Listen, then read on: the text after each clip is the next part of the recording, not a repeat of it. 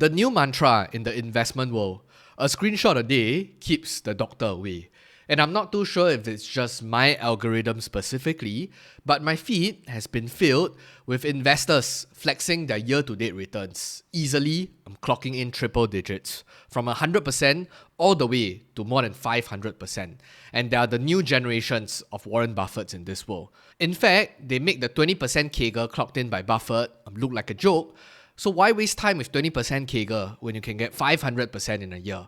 And to jump onto that same bandwagon, this is my own current report card. So on a year-to-date basis, my portfolio only clocked in 15.71%. And that's a far cry from that 100, 200, 300% returns. And in fact, on an annualized basis for the last 4.5 years, it's roughly around 12% CAGR. So if you actually take a closer look to my portfolio, the two largest positions that makes up roughly 45% exposure is namely Alibaba and Tencent. And when we look at them on a year-to-date basis, actually their returns profile are quite significant, up 43 and 32% respectively. So then the natural question is, why is my portfolio not clocking at such a significant return rate? Clearly, on one hand, I am a lot more diversified compared to my so-called sniper approach last time when I was only into a few positions. And secondly, I also started to catch some other falling knives, adding to some of these extremely red positions. But that's it. I think I'm not complaining. Still a pretty satisfactory performance. But I think the larger question on most investors' mind today is looking out into the next 1, 2, 5 years ahead. What are we supposed to do? With markets at near all-time high, are you supposed to sell a bit more, lock in some profits? What's the appropriate cash level that you should keep, so on and so forth? And in this video, let me break down some of my real-time thoughts here. So before anything, let's take a step back to understand the general market sentiments. And I think the key benchmark index that we always tend to look towards for some sort of indication is the S&P 500. So before last Thursday's relatively sizable pullback from 6,420 points to currently the 6,200 mark, I think you can confidently say that the market is on a very strong bullish upward momentum. But I think needless to say, we are still sitting at one of the highest peaks in the S&P 500 history, and investors in general are still pretty confident of the outlook of the US economy today. But the funny thing is, when markets break all-time highs, investors tend to be split into two groups. On one hand, you have investors trying to ride onto the momentum and trying to capture more upside, while on the other hand, you have people thinking about locking in the profits because they don't want to be a sucker when the music stops and the reversal comes. And I think one of the most convincing reason or argument, at least for those people on the more bearish side, is that, hey, take a look at what Warren Buffett is doing. In the most recent earnings disclosure from Berkshire, they have been selling stocks for the 11th consecutive quarter. It doesn't seem like Warren Buffett is very keen in terms of accumulating shares, suggesting that maybe there's not much bargains in the markets to begin with. And to make matters worse, the cash pile has swelled to a new record high, never seen before in their entire history. And the cherry on top of the cake, Berkshire Hathaway has not repurchased any of its shares, and they rather park their cash on their balance sheet, generating probably between 4 to 5% through their treasury bonds, than to buy or own any sort of equity positions. And now, of course, as Berkshire Hathaway continues to grow and the insurance business continue to increase their underwriting and the amount of liability, so the cash pile should also grow in tandem. But the issue is, if we were to look at their cash position as a percentage of their asset, they are sitting currently at record highs, and this was back in 2024. So given the current positions, I think it's well over 30% already. And the more skeptical bunch would be thinking, is Warren Buffett trying to time the market, and is he waiting for the next crisis to come? And truth be told, the answer to that is nobody knows. Let me ask you, do you have $2,000 just sitting in a savings account doing nothing? Right now, Longbridge, an MES licensed broker in Singapore, is running a generous new user promotion. Sign up using my link below and just deposit $2,000. Here's what you get. A 6 plus 6% per annum interest boost on your first $2,000 for 90 days, exclusively through my link. And that's $60 in interest if you park the cash in their Cash Plus product. On top of that, you get an additional $18 cash coupon just for signing up and depositing. And if you hold your funds for 30 days and complete 3 buy trades, you'll receive half an Nvidia share worth about roughly 100 Singapore dollars today. And add that up, and you're looking at around $178 in value on a $2,000 deposit. And that's 8.9% before you even start investing. So you also enjoy lifetime commission-free trading for US, Hong Kong, and Singapore stocks. Zero platform fees, and if you've got more capital, rewards can go up to $800 in total just for getting started. So don't miss this out. Click on the link in the description below to grab your exclusive rewards. And thanks to Longbridge for sponsoring this video. Now, to flip the script and to look at it more from a quantitative perspective, the recent Guide to the Markets memo from JP Morgan actually gives a lot more insights or positioning in terms of where the stock market is currently at. And yes, this report was published at the end of Q2, but given the last 1 month performance and right after the small pullback on Friday, actually the current index level is around the same at around 6,200 points. So I think most of these numbers are still pretty relevant.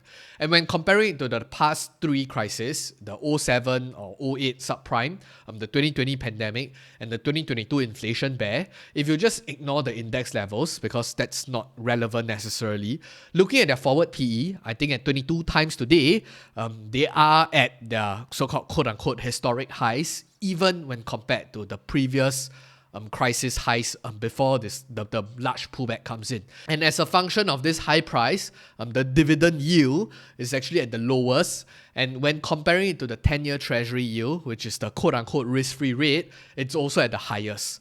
And if you just take these numbers at face value, I think today's current market position and their elevated valuations might be ringing some alarm bells. But that said, I think in this current tech/AI revolution, it might not be appropriate to be comparing it to the pandemic or even the subprime financial crisis. Instead, when we take a look and compare it to the 2000 dot-com bubble, looking at the forward PE ratio, we are not as elevated as back then, dividend yield as well, and the 10-year risk-free rate back then was at a whopping 6.2%. So to put things into perspective, when compared to the inflation bear, to the pandemic bear, to the subprime financial bear, we are probably arguably a bit more expensive, but not so expensive compared to the dot-com bubble. And if you to take a look in terms of the distribution of the forward PE ratio, yes, we are more than 1 standard deviation away. And regardless of which valuation measure that you like to look at, price to earnings, CAPE, dividend yield, or earnings spread, nobody is screaming at the top of their lungs saying that today's market's valuations are cheap. But that doesn't mean that there are no opportunities. I think that distinction has to be made there. So when looking at the valuation matrix of forward PE and trying to determine the subsequent 1 and 5 year returns, you can see that it's totally useless to predict the 1 year return because the returns profile are all over the place. But on a 5 year annualized return basis, you do see a much more tighter distribution. But I think R squared is still 13%. Actually, 13% is still a low R squared measurement, and it has very weak explanatory power. And this predictor, in this case the forward PE, actually don't explain much to what is the expected returns outcome moving forward from here. It's at best a very nice graphic to try to spin some story out. And now, one of the main considerations of why the S&P 500 is sitting at such a quote-unquote much higher valuation is really its very strong earnings per share growth rates. And also not forgetting, many of these global multinational companies are starting to earn revenue from all over the world when compared to 20-30 years ago, and they are able to extract so much profits out of their customers. So naturally, that's why the higher quality earnings and the earnings growth is being baked into the expectations of the index today, and hence explaining the rather higher valuations. To answer the question about where the market is today, I think the short answer is nobody knows, man. And my personal view, and I think many investors can agree with me, is that today's market is not cheap, but I don't think we are also necessarily in bubble territory yet, even though we are seeing increasing amounts of speculative activities and excitement coming back to the capital markets again. And on this topic of speculative behaviors, I actually came across this very interesting post, which is also backed by research from the Goldman Sachs Investment Research Department, where we would think that actually speculative behaviors might seem bearish at first glance. But at least based on observations since 1990, on every time frame from 3 months, 6 months to even 1 year, this type of speculative behavior actually leads to a 50 to 100% outperformance versus normal conditions. And the plain fact is that euphoria leads to more euphoria. And in this case, it's really the idea of a momentum. And it is only when the music stops playing that the returns turn for the worse. And at least based on last month, July of 2025, we are seeing the rise in speculative trading, and it has seen one of its sharpest increase on record. So how do you read this data? I'll leave it up to you to decide. But I think the bottom line takeaway here is that it takes time to burst a bubble. And the natural question is, why is it so tough to understand this whole market mechanism? Because at the end of the day, the capital markets or the stock market in general is really just an aggregation of the sentiments of many different investors with different objectives. And it's a constant tug of war between the fear and greed. And in this case, I believe some of you are very attuned to this whole fear and greed index. And just 1 month ago, we were in extreme greed. 1 week ago, we were in greedy territory. And just from that Thursday, Friday, small pullback, suddenly we are back to neutral. And I think the general consensus is, especially when you are at near all-time high valuations, you are always in this conundrum, right? If you sell now, what if the market keeps ripping higher and you look like a loser because you miss out on the potential gains? And on the flip side, if you stay invested, you'll also lose money if the market suddenly crashes and you didn't lock in your previous gains. And here's where it gets interesting. So I've basically screenshot some of the conversations I had with my new best friend, which is ChatGPT, and I wanted to first understand whether there are evidence to show that current valuations could be good predictors of future returns, and what is the body of research understanding this distribution of returns profile. And for one, I think the research or the study is quite congruent with what JPM has actually shared. In the short term, on a 1 year time horizon, there is almost no correlation and it's close to zero. And if you drag the time horizon out to 3 to 5 years, I think it's modest but potentially useful, but only on a long time horizon at more than 10 years. Then it starts to become a little bit more meaningful, depending on what kind of valuation matrix you use. And of course, this is based on the historical data post 1983. But I do still want to err on the side of caution because a lot of these discussion points are surrounding the valuation matrix of CAPE, which is where they try to adjust the cyclicality of the earnings. But over the last 10 years, I think from 2015 to 2025, we are sitting at some sort of an inflection point. And I'm not too sure whether it's so relevant. And the rule of thumb quoted from ChatGPT himself is that there is a certain so-called distribution amongst the starting Shiller PE or CAPE ratio versus the next 10-year annualized prospective returns of the S&P 500. So of course, the lower the starting bracket, less than 15, you tend to expect between 8 to 10%, and this is real annualized return. And on the most extreme, more than 35, you are expecting probably 0 to 3% real rates from the S&P annualized returns, and occasionally even negative.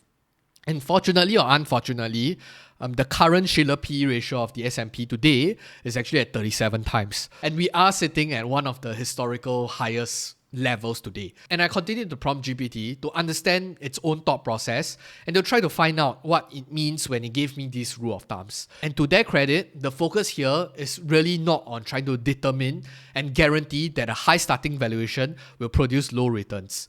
Because there are examples where 10-year returns continue to stay strong, even when you have a high starting valuation. And the example they gave was in the 1990s tech boom, where the CAPE hit 32 in 1998, yet the market rallied another 50% in the early 2000s before the crash. And even though the subsequent 10-year real return from 98 was near zero, but from 1995, where the CAPE was at roughly 25 times, to 2005, you still had 7% annualized real returns because earnings growth stayed strong in the mid-90s before the crash. And this was really led by that internet and tech revolution.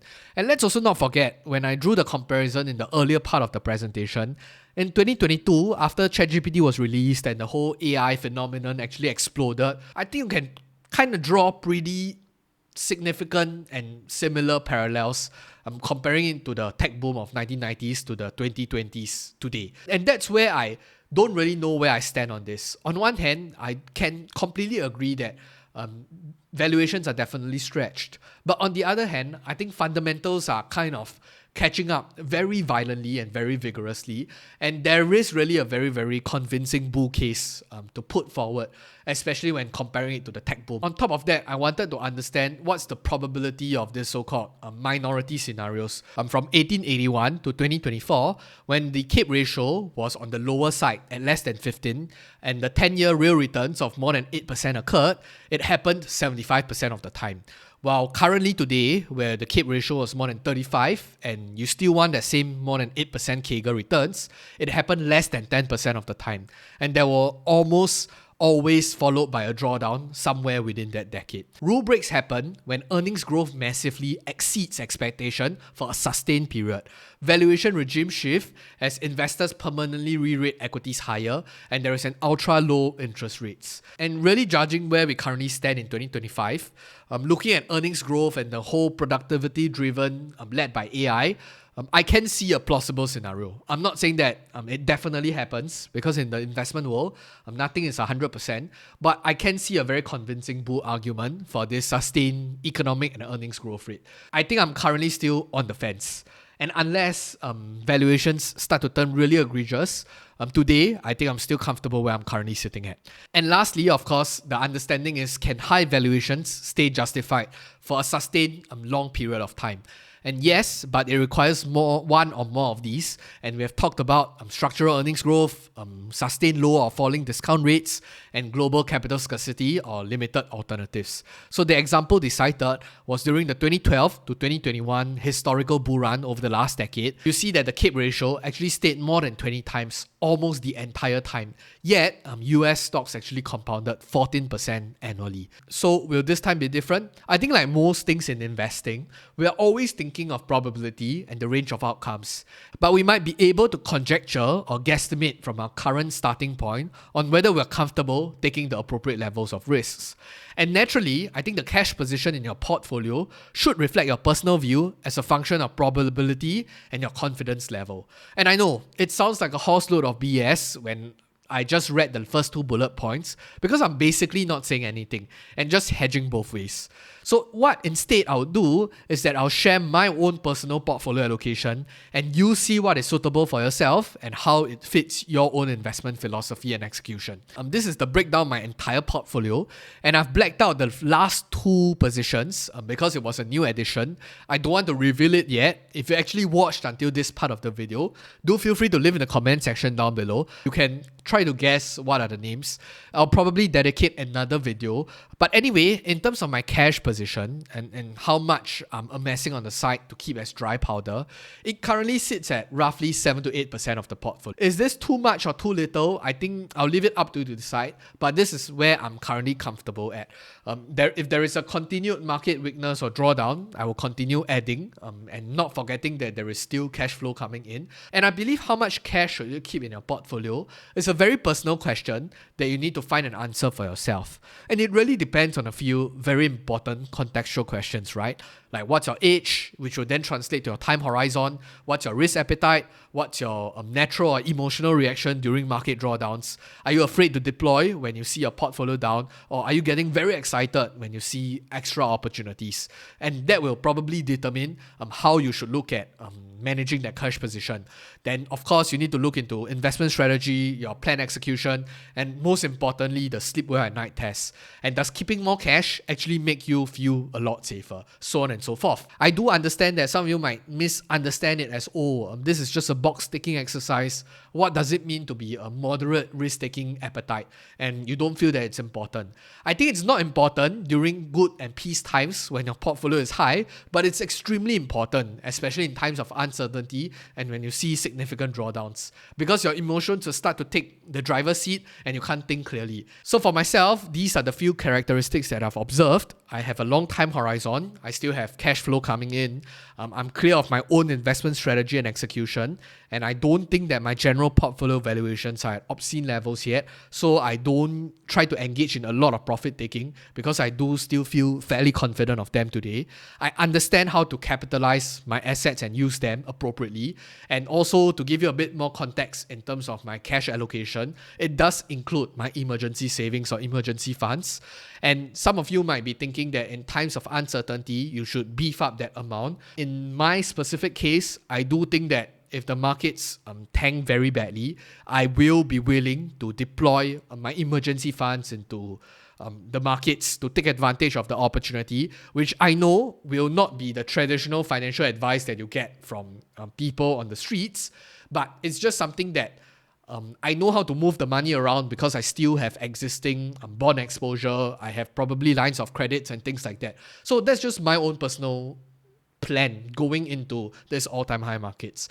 And I don't recommend or I don't advise you to do the same thing. But what I do recommend you to do is to have very clear systems and processes, be very transparent in your finances, and to have a very good overview of your entire portfolio so that you are clear on how to deploy the money when need be. Having that clarity is the most important part. Cash percentage, if you to ask me, at my current stage of life, I think keeping a 5 to 10% baseline is good enough, especially when you still have cash flow coming in. If you're at the early stage of wealth accumulation, I think it makes a bit more sense to stay invested, since honestly, in the grander scheme of your earning capabilities, the portfolio or the amount of money that you're managing will not be much anyways. But if you're at the later stages of life, especially when you're nearing retirement, and the drawdown become your primary concern, then of course, please go and raise more cash buffers and try to protect your capital. But if you're looking at it more from a valuation, portfolio management perspective, then I think that depends more on your investment strategy and execution, because the cash that you keep in your portfolio will determine the cash drag and your ultimate portfolio performance in the longer run. And of course, I think the most important bottom line is whether you can sleep well at night. And no amount of money is worth more than a good night's sleep. So with that in mind, I hope you enjoyed this discussion, and I'll see you in the next video. But more importantly, and hopefully, I'll see you guys on the moon. Goodbye.